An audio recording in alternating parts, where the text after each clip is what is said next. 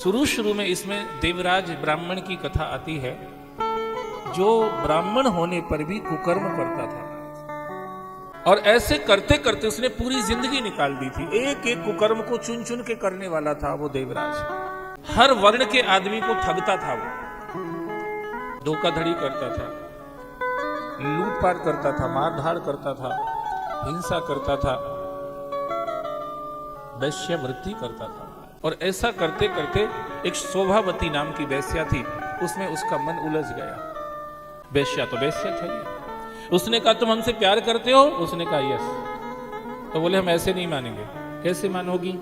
बोले तुम अपने माता पिता और पत्नी की हत्या कर दो, उनको मार दो, तो अपने बीच में जो ये रोड़े वोड़े हैं ना, ये खत्म हो जाएंगे और पक्का हो जाएगा कि तुम मुझसे प्रेम करते हो। तो उस देवराज ब्राह्मण ने वो सबको मार दिया, माता पिता की हत्या कर दी, पत्नी की हत्या कर दी, घर के लोगों को मार मुर दिया, सबको मार, एक वैश्या के लिए। आप समझ सकते हैं कितना मूढ़ व्यक्ति रहा होगा, जो इतना नृशंस कृत्य करने में भी हिचका नहीं, कितना निर्दयी, निष्ठुर, कितना बुद्धिहीन, विवेकहीन व्यक्ति रहा होगा। ये सब कर दिया उसने। ऐसा करते करते उसका जीवन निकलता जा रहा था। आप जानते हैं, कर्म किए जब फल की इच्छा मत कर रहे इंसान, जैसा कर्म करेगा वैसा फल देगा भगवान। उसके अनुसार उसको नरक में जाना ही चाहिए था, क्योंकि कुकर्म ही कुकर्म कर रहा था। ऊर्ध्वं गच्छन्ति सत्त्वस्था मध्ये तिष्ठन्ति राजसः जघन्य गुण वृत्तिस्तथा अधो गच्छन्ति तामसः। जैसे आदमी कर्म करता है वैसे ही उसकी आगे की यात्रा बनती चली जाती है। अब ये तो कुकर्म ही कुकर्म किए जा रहा था, तो इसको तो फिर घोर नरक में पड़ना चाहिए था। पर एक इंसिडेंट जिसके जीवन में हो गया, एक बार ये घूमता घामता प्रयागराज पहुंच गया। अभी बहुत सारे लोग प्रयागराज जाने की तैयारी कर रहे हैं, क्योंकि 14 तारीख से शाही स्नान शुरू हो जाएगा और 26 फरवरी तक चलते रहेंगे स्नान। कुंभ चलता रहे। अब ये पहुंच गया झूसी प्रयाग में, प्रतिष्ठानपुर में, और वहां पर एक शिव मंदिर में ये जैसे ही प्रविष्ट हुआ, इसको बुखार आ गया। अब बुखार इतना तेज आया, मुझे लगता है 104 से भी ऊपर हो गया होगा। तो इतना तेज बुखार उसको आया कि अब वो हिलजुल नहीं सकता था, तो वहीं मंदिर में बेचारा पड़ गया। अब पड़ा तो था बुखार के कारण से, पर सुनने को मिल रही थी सरकार की कथा, भगवान की कथा सुनने को मिल रही थी, शिव महापुराण की कथा चल रही थी। अब पड़े पड़े ही उसके कान में कथा जाने लगी। कथा नहा धो के सुनना चाहिए, ये नियम है महाराज। पर कथा इतनी पावरफुल वस्तु है जो इन नियमों की भी कोई अपेक्षा नहीं करती। कहते हैं कि कथा को खाली पेट सुनना चाहिए, बिना कुछ खाए पिए सुनना चाहिए, ऐसा कहते हैं। सब सोच रहे होंगे जब बात तो न निकालो तो बढ़िया, भीतर ही धरी रहने दो तुम्हारे अंदर ही। बिना खाए पिए सुनना चाहिए ऐसा। फिर कहते कि न बने तो कुछ थोड़ा फलार कर लेना चाहिए, थोड़ा सा, एक समय बस। फिर कहा उससे भी ना बने तो एक समय फलहार, पहले फलहार कर लो फिर फुलहार कर लो शाम को, ये भी हो सकता है। फिर कहा अगर इसमें भी ना सदे तो फिर दोनों समय फुलहार कर लो। अब बोले इसमें भी अगर दिक्कत आए तो 3 समय कर लो। फिर बोले 3 समय भी कम पड़े तो 4 बार कर लो, 4 बार भी कम पड़े तो 7 बार कर लो, इतने ही बार कर लो, पर भगवान की कथा को मत छोड़ो। क्योंकि ये वार जो है ना, ये भी इससे ही सुधार होगा। वार में भी महाराज 1 बार 2 बार 4 बार 6 बार जो भी वार हैं, ये वार में भी सुधार कहां से होगा? कथा से होगा। ये स्ट्रेंथ देती है हमें निज धर्म पर चलना, कथा शिव की सिखाती है। ये वार में भी सुधार इससे होगा। भोजनम तु वरम मन्ये कथा श्रवण कारकम, न उपवासो बरह प्रोक्ता कथा विघ्न करो यदि। ये श्लोक हमने मतलब जबरदस्ती याद किया, उतना जरूरी नहीं था याद करना, फिर भी हमने जबरदस्ती याद किया कि बताने के लिए बहुत इंपॉर्टेंट रहेगा। ये श्लोक ये कह रहा है कि ठीक है उपवास पूर्वक कथा सुनना चाहिए, ठीक, पर अगर ना बने तो उपवास छोड़ें कि कथा छोड़ें महाराज। अगर ऐसी स्थिति आ जाए कि भाई उपवास करके सुनना चाहिए, पर नहीं सुन सकते हैं। तो अब क्या करें, हम उपवास नहीं कर सकते तो हम कथा नहीं सुने क्या, फिर क्या करना चाहिए? तो फिर डिसीजन तस्माद शास्त्रम प्रमाणम ते कार्याकार व्यवस्थितो ज्ञात्वा शास्त्र विधान उत्तम कर्म कर्तुम निहारसि। तब शास्त्र आपके साथ खड़ा होकर निर्णय देता है कि अगर आप उपवास करके नहीं सुन सकते हैं तो भोजन करके सुनो, पर सुनना जरूरी है। सुन सुन के ही आप उपवास की तरफ बढ़ पाएंगे। कई लोग कहते हैं महाराज पहले मैं एक भी उपवास नहीं करता था, पर जब से कथा सुनी, शिव महापुराण सुना, तब से हमने एकादशी का व्रत चालू कर दिया।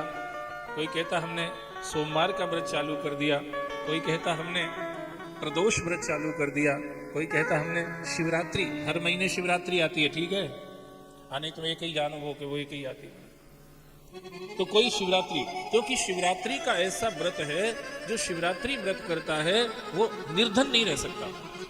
You may note down it. कौन सा व्रत? जो भी शिवरात्रि का व्रत करता है वो व्यक्ति निर्धन नहीं रह सकता। धन धन भोला नाथ तुम्हारे, अरे कौड़ी नहीं खजाने में, तीन लोक बस्ती में बसाए आप बसे वीराने में। इतने खुश हो जाते भगवान शंकर। जो हर महीने की शिवरात्रि का व्रत करता है उस पर भगवान भोलेनाथ इतने प्रसन्न हो जाते हैं कि उसको निर्धन तो रहने ही नहीं देते।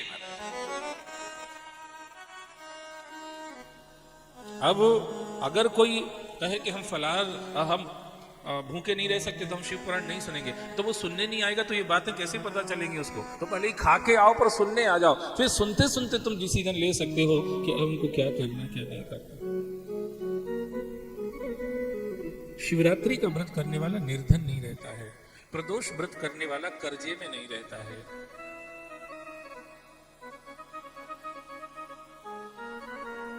अष्टमी युक्त सोमवार का व्रत करने वाला शिव की कृपा से वंचित नहीं रहता है, शिव का कृपा पात्र बना रहता है। एकादशी का व्रत करने से भगवान बहुत प्रसन्न होते हैं। 15 दिन में एक दिन आती है, करना चाहिए। मैं तो ये कहता हूं तुम फलाहार कितना ही कर लो यार, हम ये नहीं कह रहे कि भूखे रहना है, दिन भर ऐसे ही रहना है, क्या करना है, फलाहार कर लो, अगर नहीं रहा जाता अन्न मत खाइए बस, तो एकादशी आपको कुछ ना कुछ दे के जाएगी।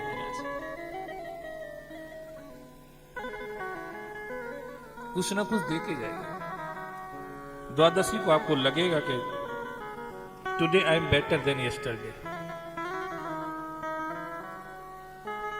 And tomorrow will be better than today, आपको ऐसा लगेगा। एकादशी आप करेंगे तो द्वादशी को आपको निश्चित रूप से कुछ अच्छी फीलिंग रहेगी अंदर से, ये लगेगा कि कल से आज हमारा बेहतर है, और जो हमने किया है इससे हमारा भरोसा कहता है कि आने वाला कल और बेहतर होगा। तो ये कुछ ऐसे करना चाहिए। खैर ये तो प्रसंग बस मैंने कहा। देवराज जिस तो कथा सुन रहा है वो तो बुखार में पड़ा हुआ है, मुझे नहीं लगता कि वो रोज नहाता होगा, पर कथा सुन रहा है, ये लिखा हुआ है शिव महापुराण में। पढ़े पढ़े सुनता रहा, महीने भर की कथा थी महाराज, 7 दिन की नहीं थी, महीने भर की। मतलब महीने भर की भी शिव पुराण हो सकती है अगर जेब में दम हो, गरम जेब हो तुम्हारा, गरम जेब गरम चाहिए, ज्यादा नहीं, थोड़ी गरम हो तो महीने भर का भी शिव पुराण हो सकता है। अरे नित्य शिव महापुराण हो सकता है, जिंदगी भर का शिव महापुराण हो सकता है, फर्स्ट ब्रीदिंग से लेकर लास्ट ब्रीदिंग तक शिव महापुराण हो सकता है। दिना नाम नियमो नास्ति सर्वदा सर्वणम मतिम। पुराण कहते हैं कथा सुनने का कोई ये नहीं है कि 7 ही दिन सुनना, कि 9 ही दिन सुनना, कि 11 दिन सुनना, नहीं, ऐसा कुछ भी नहीं। ये तो हम लोगों ने अपनी सुविधा से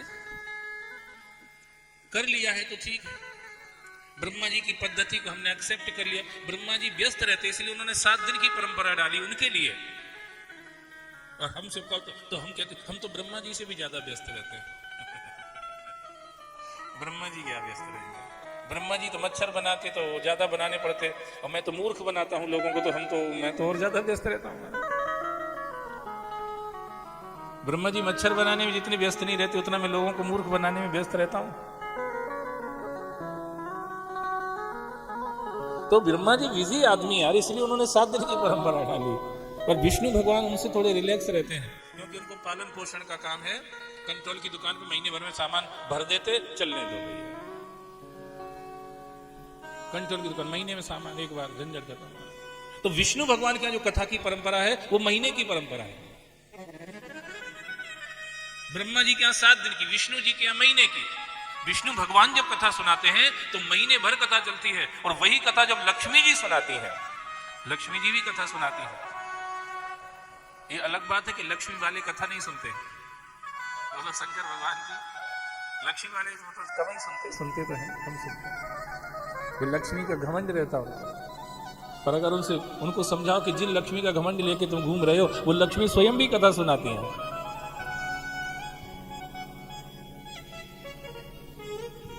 लोग लक्ष्मी से पूछते कि लक्ष्मी मैया तुम तो लोगों की बहुत लविंग पर्सनैलिटी हो, फिर तुम ये कैसा काय को सुनाती हो? तो लक्ष्मी कहती मैं लोगों की लविंग पर्सनैलिटी बनी ही इसी से हूँ, इसलिए मैं कथा में लगी रहती हूँ। जैसे हम और आप हैं, अगर एक दूसरे की कुछ मन में एक दूसरे के लिए कुछ रिस्पेक्ट आ रहा है, क्या कारण है बताइए? कथा ही तो है ना, नहीं तो कौन किसको पूछता है? इस भवा टबी के संसार में किसको फुर्सत है किसके इंट्रोडक्शन की महाराज? पर हम आप बैठते एक दूसरे के साथ प्रेम की बातें करते हैं, सम्मान की बातें करते हैं, एक दूसरे से कनेक्ट होते हैं। क्यों? ये भगवान की कथा है। ये इस तरह से हमको तैयार करती है अंदर से।